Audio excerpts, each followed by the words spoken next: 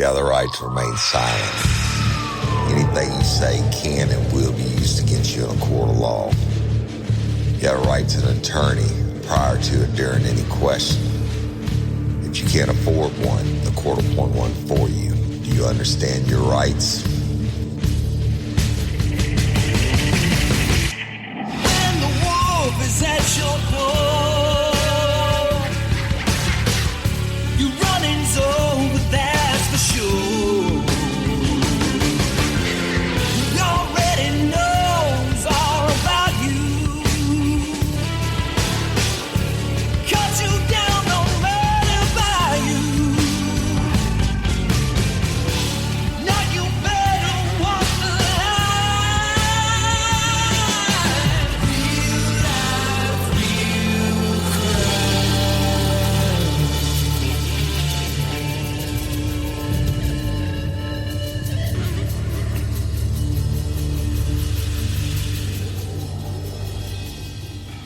Warning. This episode of Real Life, Real Crime, the podcast, may contain descriptions of acts of violence or that of a sexual nature and should be for people that are 18 years or older. Heed my warning, people. I do not get the facts of these cases off of the internet or from some television show. The facts I'm retelling you were presented to me by the victims of the crimes or the perpetrators who committed the crimes against the victims. My descriptions of the crime scenes, what I saw with my own two eyes. If you're going to get offended, please turn this podcast off now. Thank you. Hello, everybody, and welcome to this episode of Real Life, Real Crime, the podcast. As always, I'm your host, Woody Overton. And today we're continuing the state versus Scott Peterson. That's the state of California. And homie's been arrested for the murder of his bride, Lacey, and his unborn son, Connor. And I told you about that. They got him in San Diego, found all kinds of shit on him, etc. I told you about that on the last episode.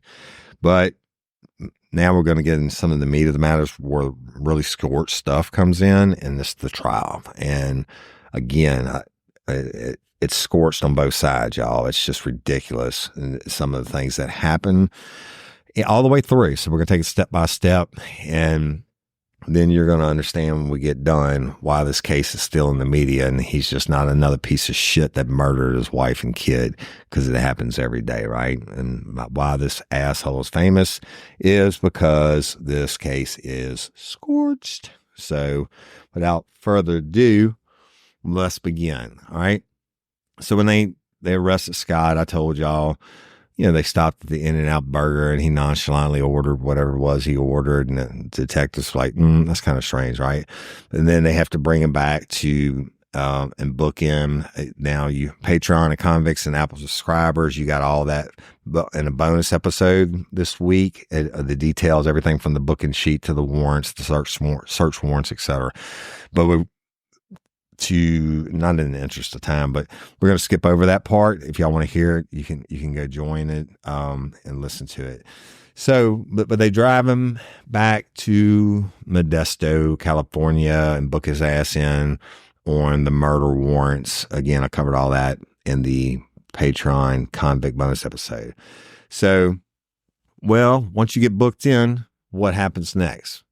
Your first court appearance in front of the judge is going to be your arraignment. Now, as in any arraignment, you go before the court and they read the charges against you, and you simply enter a plea of guilty or not guilty. But Peterson, as I said in the Patreon episode, he's arrested on 2 felony counts of murder with premeditation and special circumstances. Well, they bring him into court, read the charges, and of course his attorney pleads not guilty, right? I didn't do it. The motherfucker's still saying he didn't do it.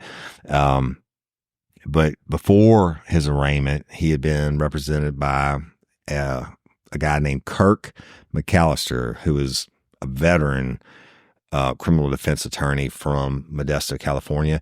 And y'all, I think every city and certainly every parish in Louisiana and every major city has their big players when it comes to defense attorneys. And, certainly if you can afford them, that's who you want to get, right? And also on the flip side of that coin is in a high profile case like this, the prosecution is going to bring out their big guns. They're going to bring out the best prosecutor that they have. And in this case, it was Joseph, Richard, or Rick Distasso, and he's the lead prosecutor. All right. So they go in, not guilty. And then all the shit starts on, pretrial motions, and discovery has to be produced where, all the shit goes on back and forth until time of trial, but we'll get to that in a minute. Let's go back on December the 30th of 2002. Now remember, Lacey's been missing 4 days. Scott had already hired the big gun from Modesto, Kirk McAllister, and he hired him to represent him a long time before his ass got arrested, right? Remember I told you that the yellow pages were open in the phone book on the counter. One of the cops noticed that to defense attorneys the day that Lacey went missing. Not totally a bad thing, but certainly doesn't look good while you're looking for defense attorneys and you don't know anything. The cops don't know anything at this point. They don't know about Amber Fry. They don't know about the marina or anything else, but homie had him a defense attorney, the big gun, right? So, but once he gets arrested and goes in for, the arraignment, McAllister tells the big gun, right? He tells Scott, hey, look, and his family says, I can't handle this. I can't handle a case of the size. I am the big gun here in Modesto, but this is a shit. I mean, if I have to handle this, it's going to lock down my firm for the next year plus, and the time and the effort and going through discovery and finding witnesses. I just don't have the resources. I mean, I'd have to shut down my business, and I just can't handle a case of this size, period. So he tells the family, he says, if I did, you wouldn't be able to afford me. And this is all consuming. I'd have to, all my other clients that have to get pushed to the wayside. You can't afford to pay me to hire. You can't afford to hire me and pay me what it would take for me to do this case and do it properly. Right. And then he tells them you should hire a public defender. Well, you don't really hire a public defender. The public defender means that anybody that gets arrested has a right to an attorney, and the public defender is appointed by the court if you're indigent and they have to take the case on free. And now the public defenders are fucking good. I know they get a bad rap because, they play out cases and stuff like that, but on these big cases, death penalty cases, and like in the state of Louisiana, you can't just be a public defender and get assigned a death penalty case. You have to be death penalty certified to defend your client. And of course, the court allocates you, funds for expert witnesses and investigators and pretty much whatever you need, because the court, you have that right to a fair trial, and the court's going to make it as fair as they can. But the Petersons didn't really want Scott to have a public defender. And there was a guy, Mark Garagos, who had been on Larry King defending Scott this whole time.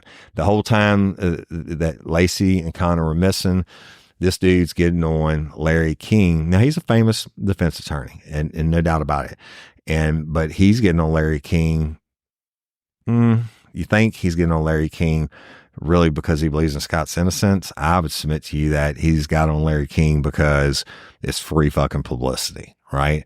And if you're Larry King's go-to guy in this case, and you're a famous defense attorney anyway, high profile, high paid defense attorney, and you can get on the hottest case in the world at this time and be able to give commentary and not have to work it. Fuck, that's way better than having commercials on TV.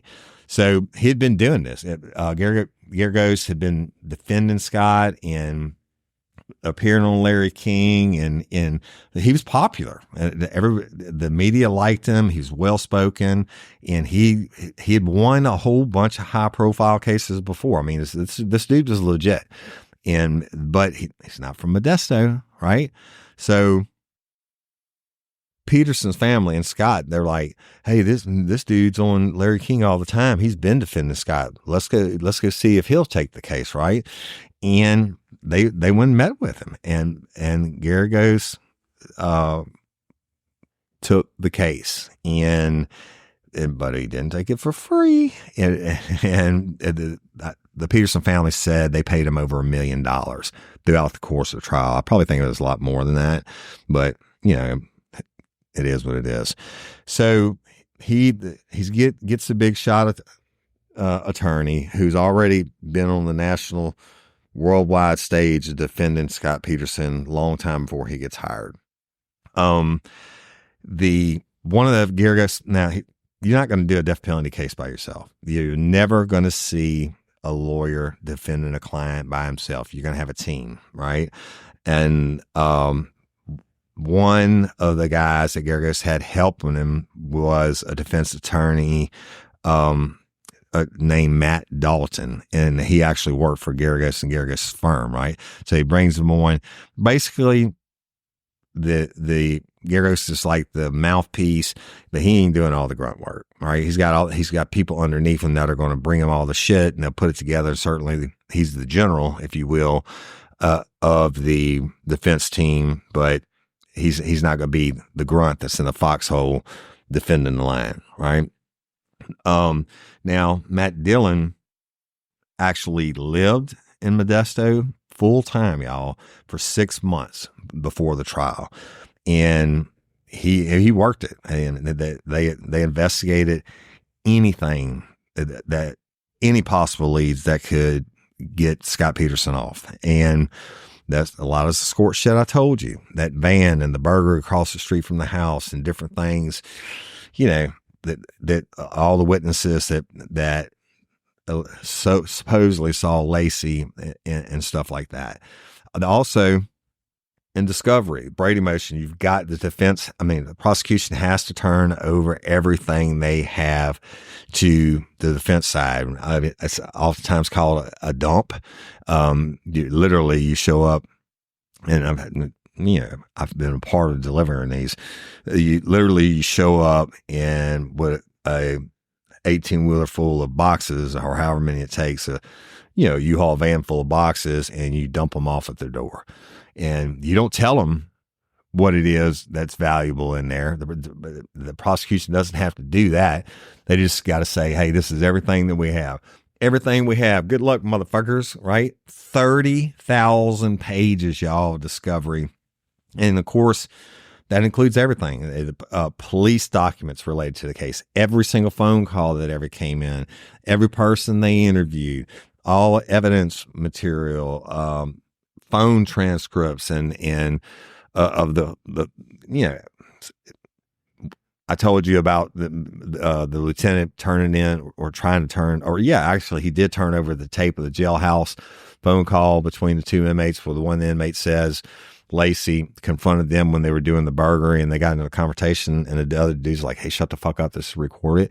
Well, that got lost. That's Scorched as fuck. But all the rest of the, calls that Scott made to Amber Fry, and, that they recorded on him, and anything, receipts from the marina to whatever, right? They got to turn it over. That's the rule. And look, if you don't fucking do it, and they're going to find out on appeal, because somebody all these 20 years later is going to be sitting around digging through, playing armchair quarterback, and they find one piece that you didn't turn over, you fucked. And especially if you didn't turn it over on purpose, then Scott's getting a new trial. So the Matt Dalton spent over 100 hours at the Stanislaus County Jail. That's where Scott was locked up, y'all, in Modesto. Visiting with Scott and talking to him. All right. And okay, so when a law firm takes on this, and this is where I come in the private sector, I would come in as an investigator, or I call myself a consultant, so I didn't have to have a license in the different states that I helped in these cases. But you're going to have an investigator, and they are going to be the one who's actually boots on the ground, trying to prove or disprove things that are in that 30,000 pages of the document dump that you got, as well as trying to find anybody else, anything else that you can that would throw shade on the prosecution's case. All right. So their private investigator was Gary Emeroin, Ermoin. And this guy had actually worked Scott Peterson's case even before he got hired by Garagos's firm. And so I guess he was doing it on his own. He knew it was a shit hot thing. It would get him some media coverage or whatever. And like I told you, that's better than a commercial. So, but he actually investigated the leads, and a lot of it, what he did, focused on the witnesses. Now, remember, I told you there's a bunch of them. The witnesses who claim they saw Lacey walking her dog after the time that Scott had left to go test out his new boat, go fishing on fucking coldest day of the year. But this investigator goes out and talks to them and gets their statements, and there's a lot of them that the Modesto Police Department didn't talk to. And that is scorched as fuck, because all they had to do is go do what this dude did. But they were so focused on what they had going. They said, they gave some excuses like, well, their timeline didn't fit and da da da. Well, motherfucker, get the statement from them.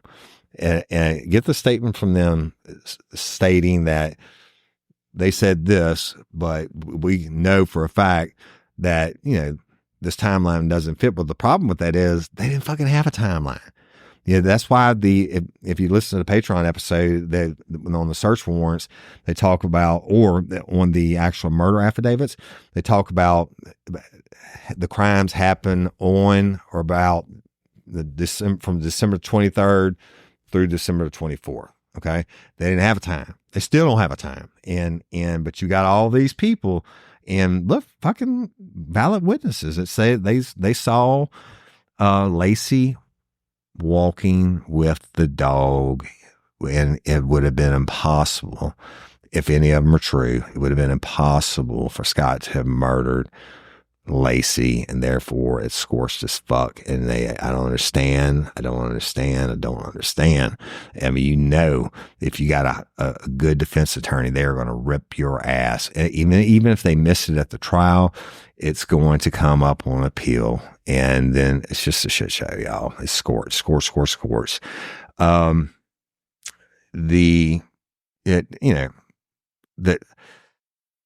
Ultimately, a trial, you got your first chair and your second chair, and that's going to be Mark Garagos. He's the mouthpiece, and another attorney, Pat Harris, who would be the ones that did the actual courtroom work. All right. So let's move on to voir dire, or jury selection. Now, this is stuff that you're not going to hear in the documentaries, and I actually have the questions and things like that. And so we'll go through it step by step. First of all, first thing Mark Garagos got done is he got Scott Peterson's trial moved from Stanislaus County in Modesto to San Mateo County in Redwood City. Now, that's because Garagos argued that, and I agree with him, that it was impossible for Peterson to receive a fair trial in Modesto, where everybody knew of the case, and they were already, he believed they already had a prejudged notion of Scott's guilt and couldn't get a fair trial. I agree with that. Fuck it, move it. And he actually tried to get it moved to Los Angeles, but the judge denied that. Now, let's talk about that for a second. So you're dealing with a high profile case that's already had hundreds of hours of media coverage, if not thousands, from the different stations. And he's giving news interviews and all this stuff. Well, fuck. And everybody knows, right? And I believe the further away you can get the trial, the better on appeals. If Scott gets found guilty, he's going to say, oh, but these motherfuckers were biased. And the first thing that they attack y'all after the cops, the first thing they attack is voir dire. And every case that I've had, they always try to say there's an assignment of error in voir dire, and that's why their clients should get a new trial. I would tell you that it wouldn't make a fuck if they moved the trial to fucking China. Everybody had heard of this case. Now, Los Angeles certainly would have been more advantageous to him. But the problem with that is if you move the trial, the only thing you're moving your judge, you're moving your prosecutors, you're moving your inmate, you're moving your defense team, you're moving your court reporters, you're moving basically you're taking your whole courtroom and putting it in another location. And well, fuck, that costs money. Right. And it costs a lot of money. And therefore, I don't know why they denied Los Angeles. I guess it's too expensive. The judge thought it would be reasonable for them to move it to San Mateo. So he did it, right? Hey, y'all, let me tell you about Gobble. All Gobble meal kits are pre-prepped. That means less work for you and less waste in your kitchen. Their meal kits include everything you need so you can save time at the store or just skip that trip entirely. I got the box in and I had 3 different meals. I had a Kung Pao chicken, crispy fish tacos, and a beef bourguignon, however you say it. But let me tell you about the classic beef bourguignon. Look, it came with beef pot roast and a beef broth concentrate, red wine demi-glaze, cremini mushrooms, cipollone onions, mashed potatoes, baby carrots, and rosemary thyme butter. It was so easy to make. Literally like 15 minutes it took Cindy. And let me tell you something. All the dishes were fire, but this thing was like a taste explosion in my mouth. It's just unreal. We got to spend more time together and more time doing the things we love because everything came in this one single box right to my door. So see what a difference Gobble will make for your household. Right now, they're offering my listeners a fantastic limited time deal. You get $120 off across 4 boxes plus free shipping and free cookies. And let me tell you, those cookies, I ate one that was sin baked and it was delicious. Go to gobble.com/real life. That's GOBBLE.com/real life for $120 off your first 4 boxes. This offer is not available on the home site, so don't miss out. This is genius. It's taste explosions in your mouth like you never had. Hey ladies, are you feeling overwhelmed by hormonal changes? Well, you're definitely not alone. There are more than 1,000 hormone disruptors living in our environment right now. It's in your food, your water, the air you breathe, the clothes you wear, your skincare products. They all mess with your hormones. Then there's the natural hormone changes your body goes through, premenopause, menopause. And while it's a natural process, it doesn't mean you have to suffer through it. The good news is you don't have to suffer through it anymore because now you have Hormone Harmony, a formula made only with herbal ingredients that are shown to reduce hormonal symptoms in women of all ages. Hormone Harmony is not just a hormone support and supplement. It's become a phenomenon. Women can't stop talking about it on social media. A bottle of Hormone Harmony is sold every 24 seconds. And the biggest benefit? Well, my wife says it makes her feel like her own self again. And that's what women mention over and over in the reviews. And there are over 30,000 reviews for Hormone Harmony. And for a limited time, you can get 15% off your entire first order at happymammoth.com. Just use code RLRC at checkout. That's happymammoth.com and use code RLRC for 15% off today. That's happymammoth.com and use code RLRC. In the February 2nd, 2004, Judge Alfred DeLucci makes a ruling. He's like, This shit is crazy. Every time we have a hearing, every time we have a motion, the news vans line up down the street. It's on every news channel and everything else. The reporters are not stalking, but staking out the houses and trying to get interviews and swarming anybody that's involved in the case, right? Well, the judge said, fuck it.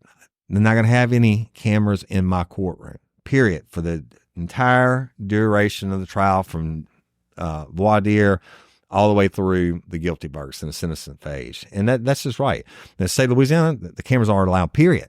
So that's not even a judge's option. But in California, obviously they are. You saw it, as you saw in the O.J. Simpson case. So he bans it. I think that's a good, fair move. Then what do? You got to send out jury summons. Who fucking wants to sit on a jury? No one. Okay. They pay you like, I don't know, $25, $50 a day. Now you have to, if you're, and then we'll get into that. If you're picked for the jury, you're stuck and your work has to let you off. It's the law, right? But nobody wants to get it. Nobody really wants to, especially on a case like this, when it's going to be 5 or 6 fucking months. Can you imagine having to sit there every day for that long and listen to this shit?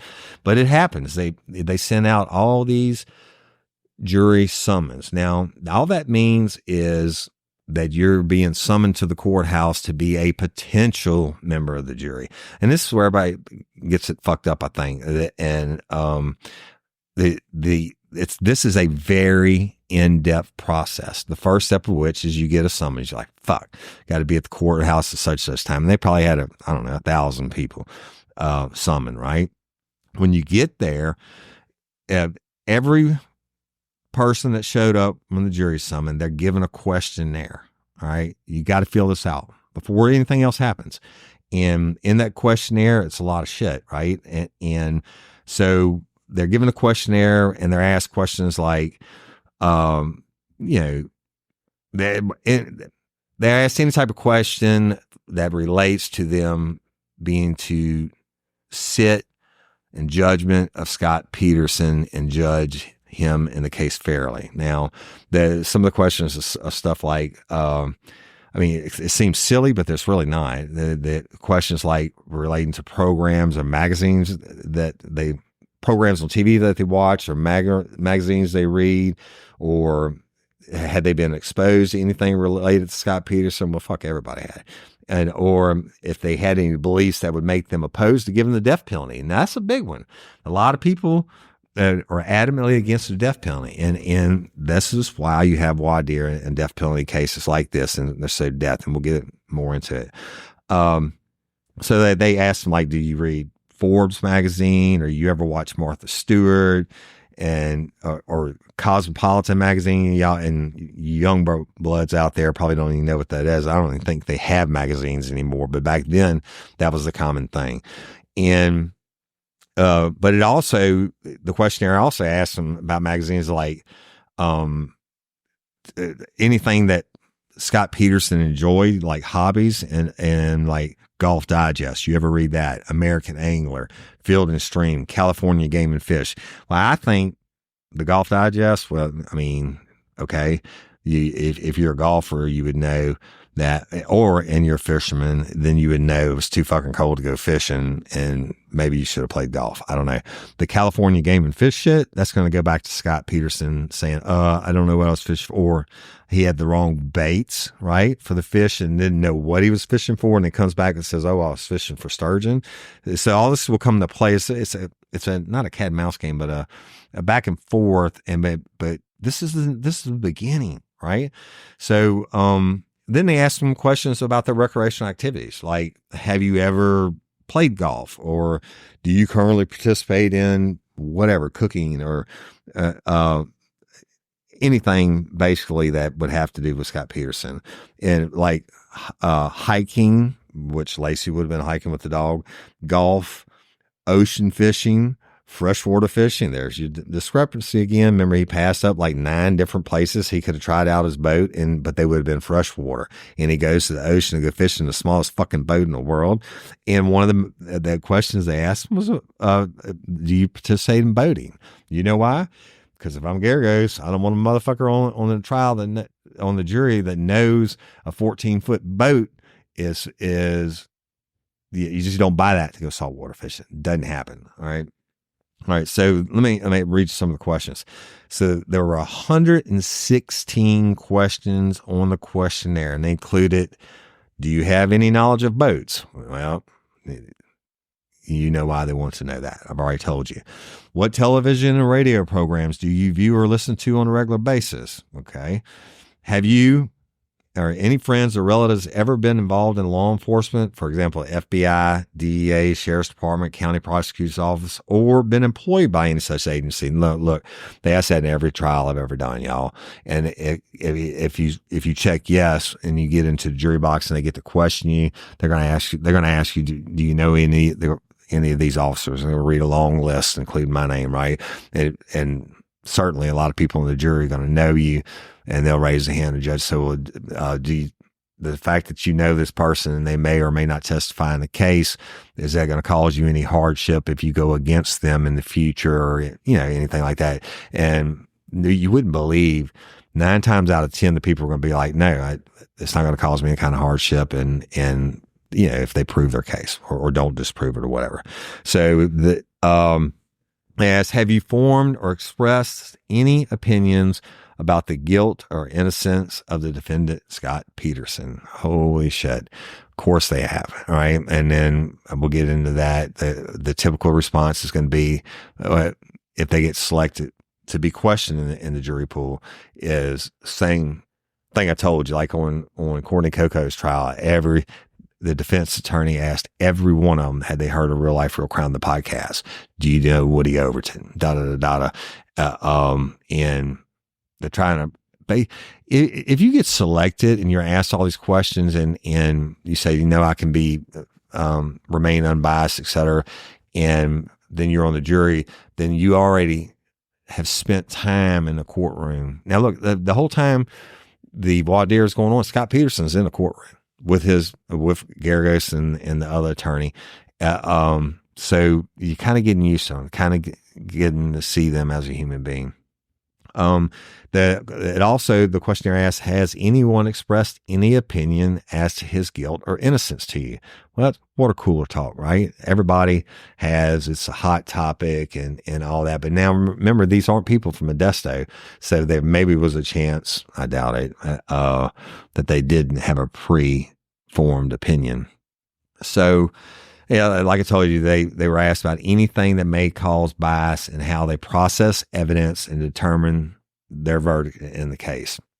Now, once they fill this questionnaire and they turn it in, then they are put through voir dire, where they are questioned by the prosecutors and the defense. Now, I'll keep going back to Courtney's case, give you a fresh example for me. So you fill out the questionnaires, you turn them in, you're still standing around, and ultimately they do like a bingo fucking wheel, right? Where they pull numbers, and if they pull your number, you're sitting in 14 people or 12, I think it's 14, and in the jury box, and that's when they start to ask you all these questions or how you responded on your questionnaire. Okay, that's voir dire. And in this case, now, not only was the courtroom full of prospective jurors, that it was full of the media and spectators, right? It's free entertainment. But of course the media was going to be there to cover every big part of it. Now, so they all fucking fancy out there in San Mateo. They actually used a computer that selected eligible jurors to go through the final stages of the voir dire. And the judge, Alducci, called it the big spin. Like, if your number comes up, it's the big spin. And the goal of this whole process is to produce 12 jurors and 6 alternates. And that's the required amount of jurors for a death penalty case, right? It's got to be 12 as 12. Now, the 6 alternates, we're going to get into that in the Scorched as fuck. And they almost ran out in this case, y'all. So jury selection, you would think that it's just kind of a straightforward process. Like I'm telling you, you ask questions and, when you do that, the prosecution can ask some questions, and they'll introduce themselves. Hi, my name is such and such, and da da da da. I'm prosecuting Scott Peterson for murder. Did you this, and this, right? And then the defense gets up and gets to do theirs. And the judge, if they have any questions for the jurors or any specific juror, they can ask that juror question directly based off of something they stated during their interview by the prosecution or the defense. And each side gets strikes, all right? Prosecution can exclude so many, the defense can exclude so many, and the judge can exclude as many potential jurors as they want to. And you do this, they call them panels. You question 12, 14 at a time. And at the end of that question, when you get done, then they'll have a meeting at the bench, the judge, the prosecuting attorney, and the defense attorney, and they whisper amongst each other. And when they get done, they don't tell you why you get dismissed. When they get done, the judge say, okay, juror such and such excused, juror such and such excused, and anybody whose number they don't call, guess what? You're on the jury. And they ship them out to the jury waiting room. And then they bring in the next panel, do it all over again until they get the 12 and the six alternates. All right. So, now again, it's not just I used to do this too. And I would go out and I would consult on jury selections with different attorneys. Basically, I would sit in the courtroom, listen to how the people answered. I would take notes on them or whatever. And it's called a jury consultant. And at the end of the jury panel, I would tell the attorney, hey, I don't like this person, or I like this person, and whatever. And both the defense and the prosecution in this case hired expert jury consultants to help them strategize and select their jury members, right? So Garagos hired Joe Ellen Demetrius, who had helped Johnny Cochran with the jury selection in the O.J. Simpson murder case. And the prosecution hired Howard Varniski, who had just previously helped federal prosecutors pick the jury that convicted Martha Stewart in her infamous insider trading case. Now, during the voir dire, the jury consultants would look for any indication of how each potential juror might vote on the Peterson case. Basically, I told you I have hundreds of thousands of hours of interview and interrogation, and 99% what I do for a living is read people. All right. And it's very advantageous. I used to be I like to think advantageous to whichever side I was working for. But the trial itself was expected to last 6 months, and they allowed some of the potential jurors to be excused from their civic duty if they're, I don't believe this is true, but they said if their employers not give them paid leave. Now, I know in the state of Louisiana, your employer doesn't have a choice. It's the way things are done. But check this out. Over 900 potential jurors were dismissed in the Peterson case out of the 1,500 that had received summons, y'all. Some of the reasons they were dismissed were for financial reasons, right? Like, I can't afford a babysitter, and, I'd have to take too much time to do this, blah, blah, blah. Health reasons. Oh, I got to take medication. I can't stay awake that long, whatever they may be.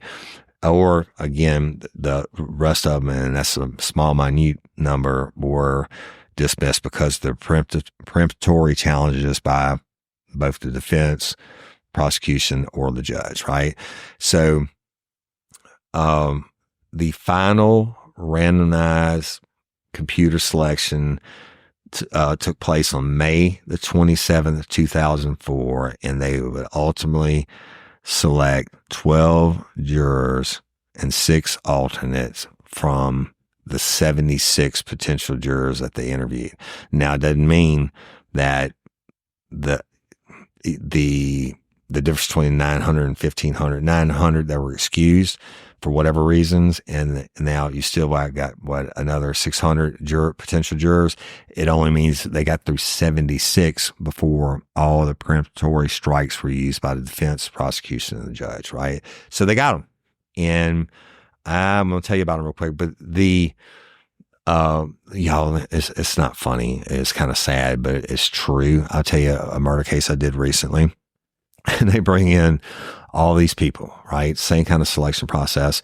And everybody's bitching. They don't want to be on a jury. And so they get through, giving them their numbers. They hand in the questionnaires and all that. And the judge says, okay, at this time, I would like anyone who thinks they have a medical or a personal or a financial reason, any type of reason whatsoever that you can't complete your jury, your civic duty as a juror in this case to come forward. Look, it's like a motherfucking stampede. Motherfuckers be running over each other, getting the line. And like some of them is stupid as shit. Yeah, the judge's like, number one, why can't you do it? Well, I got to get some new tires on my car, Your Honor. I can't drive back and forth every day. I mean, they come up with the stupidest shit. And one day, one of the next big murder trials that come, I'm going to go to voir dire, and I'm going to just do a fucking voir dire section because it's one of the greatest shows on earth. Actually, how they select the jury, but then all the people, you would think you were getting $1 million motherfucking dollars to get out of jury service. Hey, y'all, changing my wardrobe from summer to fall, it's never easy. Luckily, Quince offers timeless and high-quality items I adore, ensuring my wardrobe stays fresh and I don't blow my budget. And there's nothing easier than going to Quince and choosing these high-quality items, like cashmere sweaters from $50, pants for every occasion, washable silk tops, and so much more. The best part? All Quince items are priced 50 to 80% less than similar brands. By partnering directly with top factories, Quince cuts out the cost of the middleman and passes the savings on to us. And Quince only works with factories that use safe, ethical, and responsible manufacturing practices and premium fabrics and finishes, and I love that. I got the stainless steel Link Apple Watch band for $59.90. It's heavy duty, it's awesome, and it's like $100 less than I could find anywhere else. And I also got a 100% organic cotton fisherman quarter zip up sweater. The color is alabaster. Man, I can't wait to wear that this fall. And Cindy got the Mongolian cashmere boat neck sweater in heather gray. And I'm telling you, these are classic pieces at a fraction of the price. Make switching seasons a breeze with Quince's high-quality closet essentials. Go to quince.com/RLRC for free shipping on your order and 365-day returns. That's QUINCE.com/RLRC to get free shipping and 365-day returns. Quince.com/RLRC. You'll thank me later. Spark something uncommon this holiday with just the right gift from Uncommon Goods. The busy holiday season is here, and Uncommon Goods makes it less stressful with incredible hand-picked gifts for everyone on your list, all in one spot. Gifts to spark joy, wonder, delight, and that's exactly what I wanted feeling. Hey, y'all, I ordered a super cool piece. It's a candle with a sculpture of LSU's Tiger Stadium on top of it.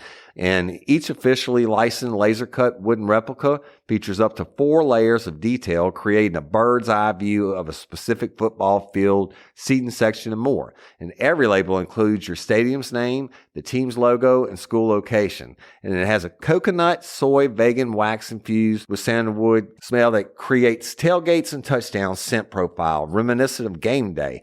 It's invigorating like fresh cut grass and nostalgic like smoke from a pre-game grill, and calming like the crisp autumn air of a new semester on campus. Y'all, I love it. I have it at the base of my TV, and I'm ready to watch the Tigers play on Saturday night, right? Uncommon Goods. Look, when you shop at Uncommon Goods, you're supporting artists and small independent businesses. And many of their handcrafted products are made in small batches. So shop now before they sell out this holiday season. Uncommon Goods looks for products that are high quality, unique, and often handmade or made in the U.S. They have the most meaningful, out of the ordinary gifts anywhere. They even have gifts you can personalize. From holiday hosts and hostess gift to the coolest finds for kids, to hits for everyone from the book lovers to diehard sports fans. Uncommon Goods has something for everyone, not the same old selections you can just find anywhere. And with every purchase you make at Uncommon Goods, they give $1 to a nonprofit partner of your choice.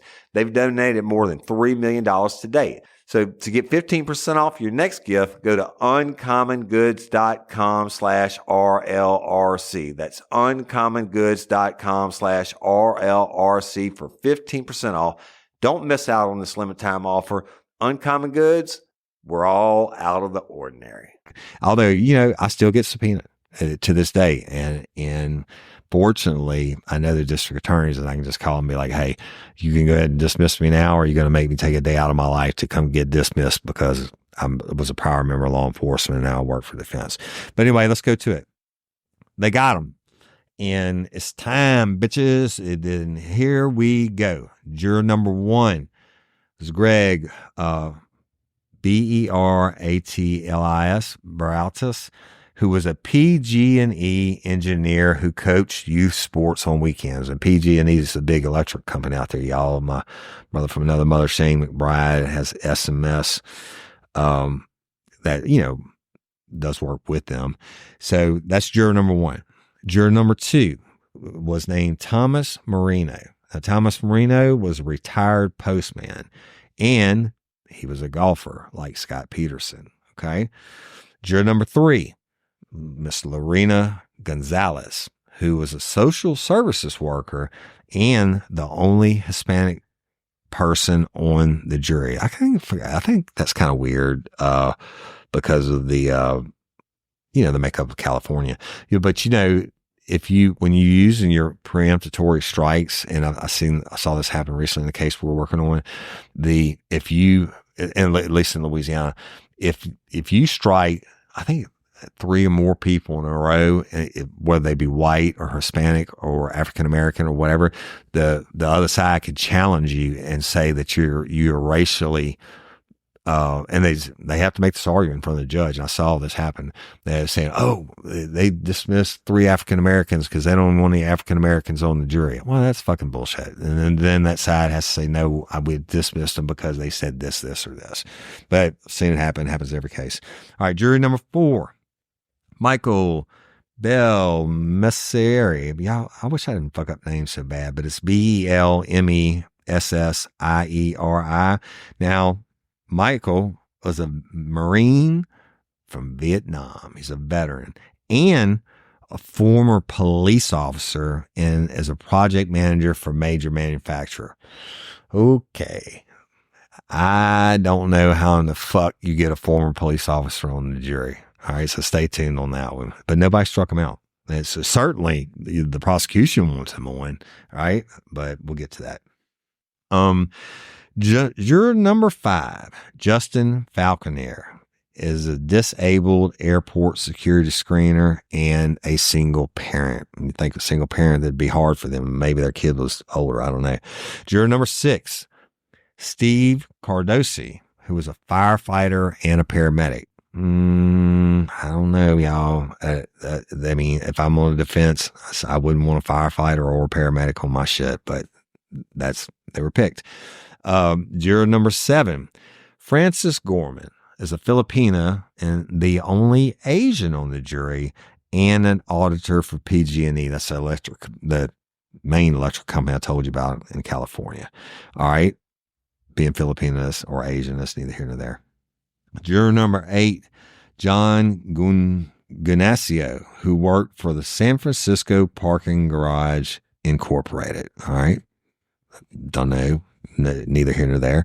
Juror number 9, Julie Zan Archu, who is a clinical trial inspector at Geniatech. And now y'all would expect that has to do with DNA. Juror number 10, Mary Milett, who it was discovered in voir dire, she had suffered the loss of her young son. All right.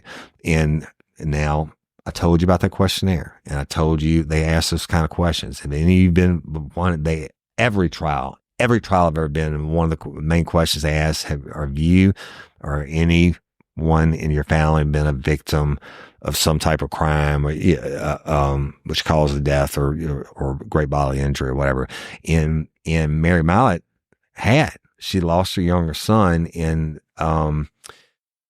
the judge actually discussed it with her in voir dire, and this is fucking, it's Scorched, and we're going to get into it. Y'all, I know I'm taking my time on this, but this is so fucking important. So the judge talked to her in voir dire, but the other jurors didn't know about her losing her young son until way later, after the trial is over. Everything's been presented, and they're in jury deliberations. Scorched. I do not know how in the fuck the judge didn't dismiss her. You setting it up. That's Scorched on the judge part. Now certainly the prosecution would want him on because you got baby Connor is dead, right? Murdered. But if I'm on the defense side, I don't want her on there. And the judge, why not fucking just dismiss her instead of the shit show I'm going to tell you about, the Scorched I'm going to tell you about later on. All right. Jury number 11, Ferry, what a unique name, Fairy, Ferry Sorrell, an accountant and the only African-American juror. Now, again, neither here nor there. It's supposed to be jury your peers, and it is. They don't look at your race and ethnicity unless it's challenged. All right. So, juror number 12, Christy Lamore, was a former social worker who once handled child abuse cases. But like Scott Peterson, she was also a golfer. Holy fuck. I don't want her on my jury. If I'm the defense attorney, you handle child abuse cases. You can't tell me something didn't happen in your career of handling horrible child abuse cases. That you look at baby Connor's dead body and all that and not be fired up. But she was also a golfer, so maybe the defense liked her. But again, the judge, I would have thrown that shit out, man. You got another 600 fucking people you could have found, but they didn't. So Scorched, and we're going to get into it. Now, let me tell you about the alternates real quick. The 6 alternates, the alternates, they got to sit through the whole trial, and they have to hear everything that's said. They have to, they're a juror. I mean, you're there the whole time. You're an alternate in case somebody else, and wait till I tell you what the fuck happens in this case, how Scorched it is. And this is why I think it's one of the greatest tragedies of justice in American history. But if there's any reason that a juror gets excused or can't complete their duty, you have your backups 1 through 6, right? And then that juror gets excused by the judge. Number 1's automatically plugged in. Great, you're ready to roll. That juror and so forth. And now if you get through all 6, you're fucked. You get a mistrial. But here they are. The first alternate. Now, again, the alternates, they do everything that the regular juror does unless the trial completes and nobody gets dismissed, then you're dismissed, right? That you do not partake in the deliberations. All right, so the first alternate, a dude named Greg Jackson. And guess what? He's a doctor and a lawyer. Fuck that. I don't want that dude. I wouldn't want him on the prosecution side or the defense side. A doctor and a lawyer? Think about it. You're going to hear medical testimony about their bodies and being Lacey and Connor's bodies and everything. And so you're looking at it from the medical side, and then you're a fucking lawyer? And you might not like the lawyer in the courtroom, and you might think, oh, he's a shitty job, and we should find him not guilty, or vice versa, right? I don't understand. Rolling on. Assaulter number 2 was Rochelle Neese, a single mother of 4. Alternate, I don't know how that works out for a 6-month trial. Alternate number 3, Denise Lear, who was a retired United Airlines mechanic whose son-in-law worked for Lacey and Scott Peterson in the restaurant they formerly owned that I told y'all about before they moved back to the Modesto. The restaurant was a sports bar called The Shack.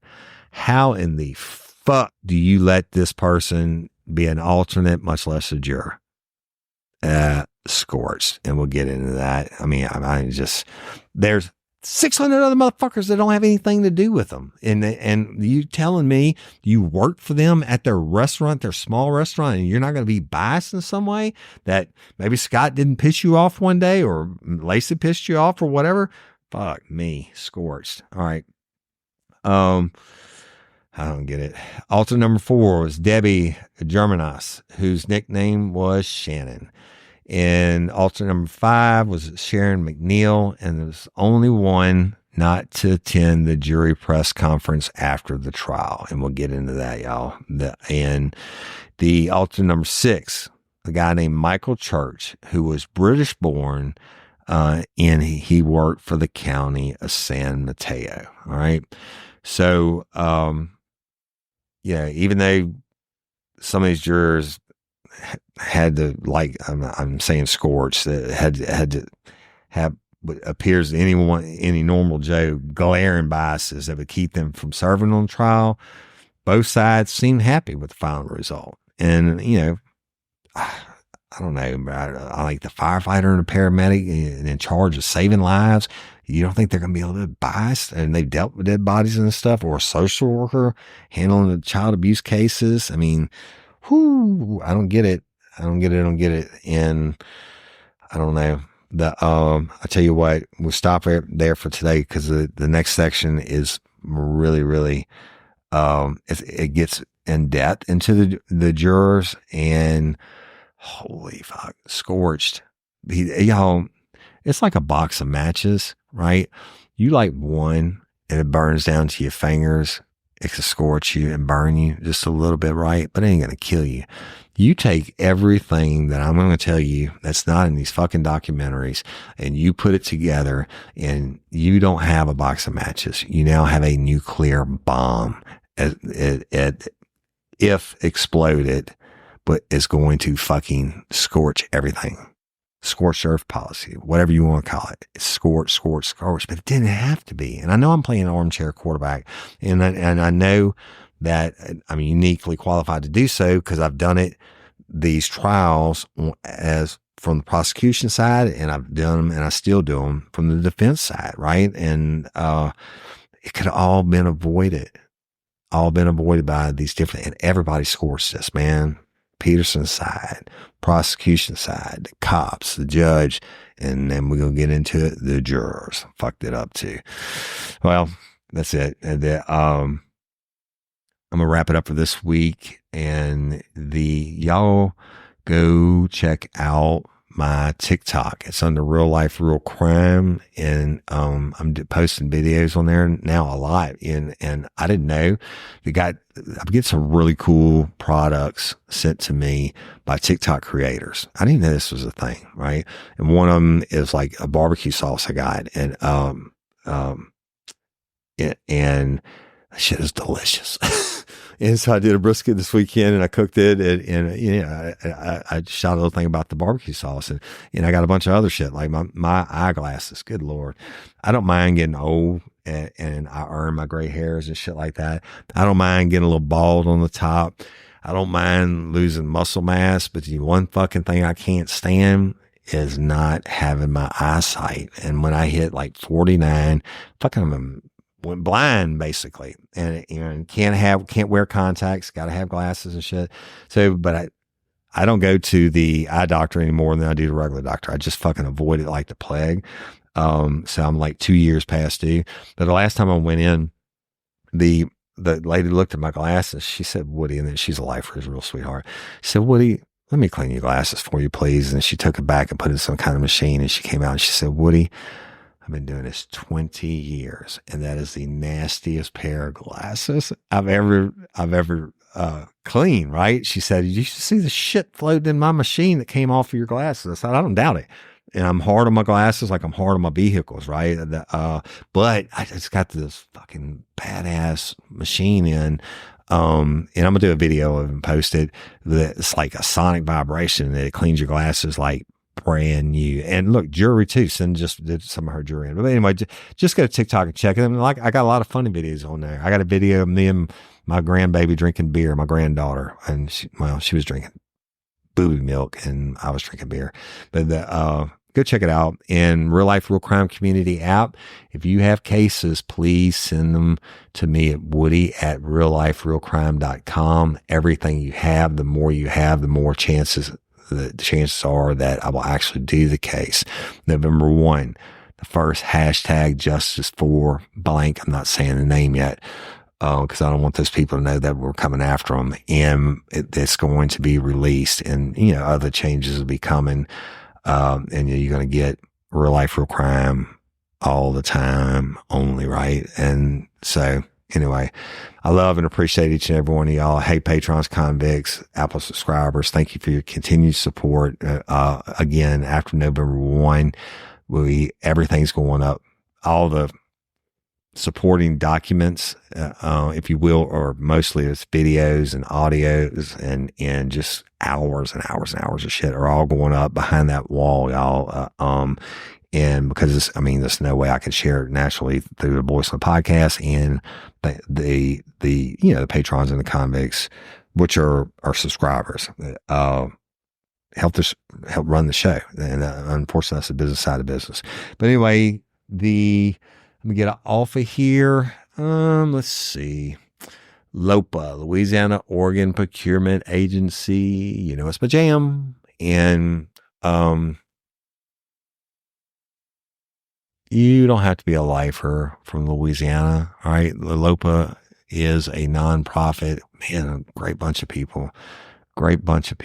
And they say that the people who donate their organs are heroes, which they are. I believe the people who work at LOPA and facilitate these families, these heroes getting their organs to the people who are dying if they don't get them. I believe LOPA's are heroes in my book too. LOPA is a hero, or the people that work for them. As I end every show, you don't have to be a lifer from Louisiana to sign up to be an organ donor. You can be a lifer from, I'm looking for something. Put my glasses on and see where this water bottle is from. It's from, you could be a lifer from, I guess I don't even know what state ME is. Is that Maine? I know, fuck it. You can be a lifer from Maine. Go to lopa.org and fill out the questionnaire, sign up to be an organ donor, become a hero, give the gift of life and sight and all that good shit, right? And I'm Woody Overton, your host of Real Life, Real Crime, the podcast. And until next time or ever, don't let me catch you down on Murder Bayou. Peace.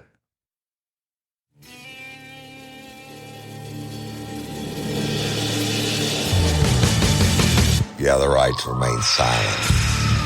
Anything you say can and will be used against you in a court of law. You have a right to an attorney prior to or during any question. If you can't afford one, the court will appoint one for you. Do you understand your rights?